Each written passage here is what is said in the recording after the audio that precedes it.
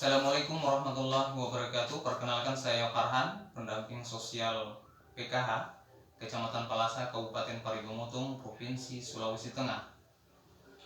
Baik saudara-saudara sekalian, hari ini kita kembali belajar tentang proses pencegahan dan penanganan anak stunting. Pada modul 8 kali ini di sesi 14 kita membahas tentang yaitu topik layanan penanganan anak stunting. Baik Bapak Ibu peserta sekalian, apa kabar hari ini Bapak Ibu? Semoga kita dalam keadaan sehat semua. Oke Bapak Ibu, saya akan bertanya kepada dua orang peserta sekalian yang hadir hari ini. Kira-kira materi apa yang sudah dipelajari sebelumnya? Ibu, apa materi apa hari ini yang sudah dipelajari? Yang dipelajari sebelumnya, maaf. Ibu yang satu, materi apa yang dipelajari sebelumnya? Oke, terima kasih banyak atas jawabannya Ibu. Jadi betul ya, kemarin kita belajar tentang materi itu. Kemudian saya ingin bertanya kepada Bapak Ibu sekalian, kira-kira di tempat atau di keluarga Bapak, di lingkungan sekitar Bapak ini ada yang terkena stunting? Ada anak yang terkena stunting Bapak Ibu? Oh, ada atau tidak ada? Ya, oke, baiklah. Terima kasih banyak Ibu. Kemudian jika keluarga atau anak Bapak atau anak Ibu yang terkena stunting, apa yang harus Ibu lakukan? Kira-kira Bu, apa yang harus Ibu lakukan? Oke, terima kasih atas jawabannya. Kemudian secara umum Ibu, ketika Bapak menjadi masyarakat, ada anak tetangga atau anak di lingkungan sekitar yang mengalami stunting, apa yang Bapak dan Ibu semua lakukan kira-kira untuk membantu atau menangani stunting yang diderita oleh keluarga lain? Ibu, bagaimana? Ada jawabannya Ibu? Bapak, ada jawabannya?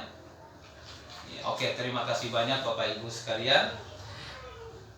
Oke, dari jawaban Bapak Ibu semua betul Ibu apa yang Bapak Ibu sampaikan.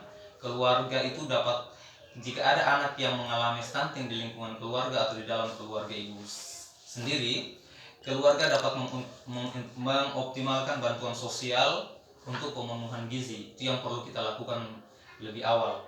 Kemudian terus stimulasi anak. Kita kan sudah belajar bagaimana cara menstimulasi anak sebelumnya. Jadi lakukan stimulasi terhadap anak dengan memanfaatkan bantuan sosial, kemudian menstimulasi anak. Bagaimana caranya kan kita sudah pelajari di materi sebelumnya. Oke, kemudian yang ketiga Bapak Ibu sekalian, jika ada anak yang menderita stunting di lingkungan keluarga kita, masyarakat atau keluarga dapat menghubungi layanan yang ada di lingkungan.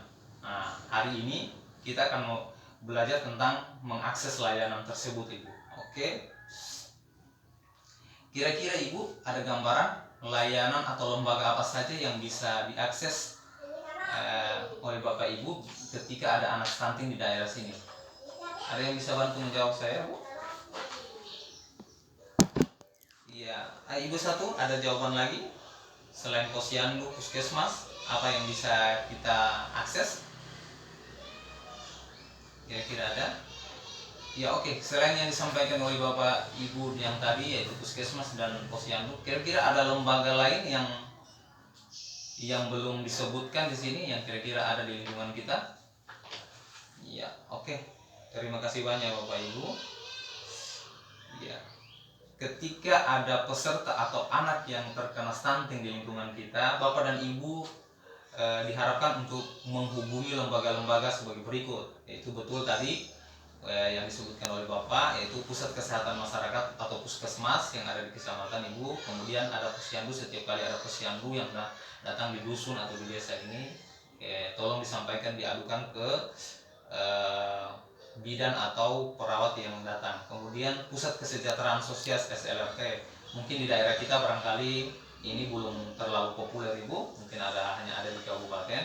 Kemudian Dinas Sosial Bapak Ibu sekalian, itu bisa diakses juga.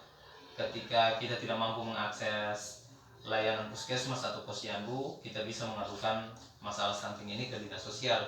Kemudian kita bisa mendatangi e-warung. Bapak dan Ibu kan adalah peserta PKH, jadi kita manfaatkan e-warung untuk pemenuhan gizi. Hal yang pertama kita lakukan untuk menangani stunting adalah memenuhi kebutuhan gizi si anak. Jadi pemenuhan gizi itu ada di e-warung. Semua bahan-bahan pokok yang bergizi bisa kita akses di e-warung. Oke Bapak Ibu sekalian. Kemudian ada lagi yang namanya kontak telepon pelayanan sosial anak PPSA.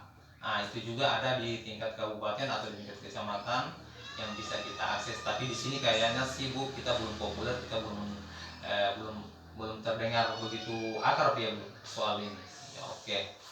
Kemudian ada balai lokal rehabilitasi sosial anak yang memerlukan perlindungan khusus. Ya, itu juga mungkin baru kita dengar ya Bu ya. Jadi kalau misalnya ada itu terdengar atau ada itu disampaikan oleh pendamping atau relawan sosial lainnya, kita bisa menghubungi itu selain puskesmas posyandu, dinas sosial atau puskesos SLRT. Oke, Bapak Ibu sekalian, kita lanjut lagi ya Bu ya. Ya, selain lembaga-lembaga tadi Bu, ketika ada anak yang mengalami stunting, kita bisa melaporkan ke petugas-petugas sosial atau SDM penyelenggara kesejahteraan sosial yang ada di desa Ibu. Oke, misalnya pendamping sosial seperti saya Ibu, kalau ada anak terkena stunting atau gejala stunting, Ibu boleh melaporkan ke saya. Kemudian ada pekerja sosial itu banyak di sini Bu ya. Kemudian ada penyuluh sosial Ibu, kemudian ada relawan sosial itu yang ada di masyarakat. Oke.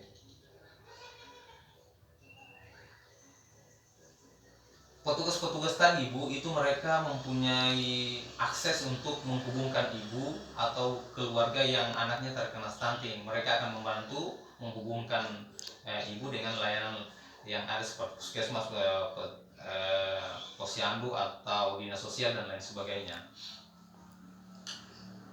Oke Bu, demikian barangkali yang kita pelajari hari ini.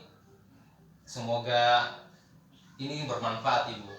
Hal yang paling penting sebenarnya yang perlu kita tanamkan dalam diri kita, bahwa semua yang kita pelajari sejak awal sampai di sesi 14 ini di langkah 1 Ibu, yaitu jangan lupa menerapkannya Ibu. Apapun yang kita pelajari ketika tidak diterapkan, itu sama halnya kita tidak berhasil dalam mempelajari proses penanganan dan pencegahan anak stunting. Jadi untuk lebih bagaimananya pertemuan hari ini, mari kita berdoa Ibu, karena kita di sini muslim semua. Mari kita berdoa kepada Allah Subhanahu wa taala, semoga kita di sini terhindar dari anak stunting, diberikan rezeki yang banyak, kemudian selalu diberikan kesehatan dari Allah Subhanahu wa taala. Bismillahirrahmanirrahim. Rabbana atina fid dunya hasanah wa fil akhirati hasanah wa qina azabannar. Sallallahu alaihi Muhammadin wa alihi wasallam. Alhamdulillahirabbil alamin. Demikian dari saya. Assalamualaikum warahmatullahi wabarakatuh.